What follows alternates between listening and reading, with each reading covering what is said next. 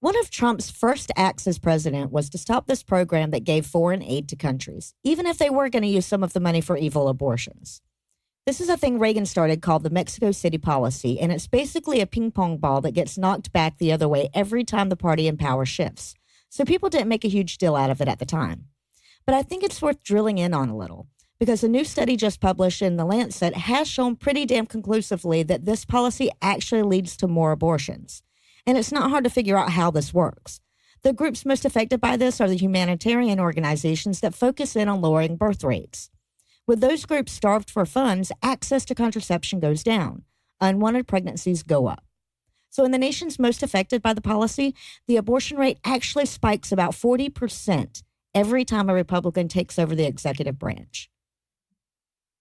And by the way, not only did the study show that it led to more abortions, it also led to more dangerous abortions. Now, if the policy was really about opposition to abortion, the obvious conclusion here is that you rescind it.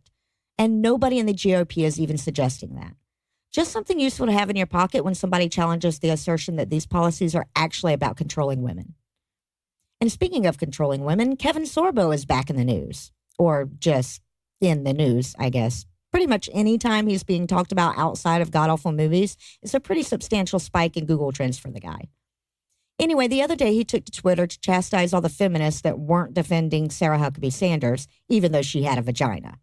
But in addition to attracting the attention of plenty of people that instructed him on ever more creative ways of fucking himself, he also attracted the attention of one Haley Webb, his co-star in a 2015 film Single in South Beach, which is literally so bad that Rotten Tomatoes still says tomato meter not yet available, as though critics keep meaning to get around to this 4-year-old piece of shit. Anyway, Haley's response read, quote, "I don't think the person who repeatedly tried to pressure his 3-decade younger co-star into sleeping with him, publicly shaming her on the set when she refused, and insisting the director add unnecessary sex scenes between us should be flapping his gums about feminism." End quote, apply ointment. And in case you're wondering, yes, Kevin Sorbo is married. And yes, he was married in 2015.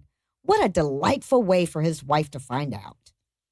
Anyway, while we revel in Sorbo's misfortune, I'll hand things back over to Noah, Heath, and Eli.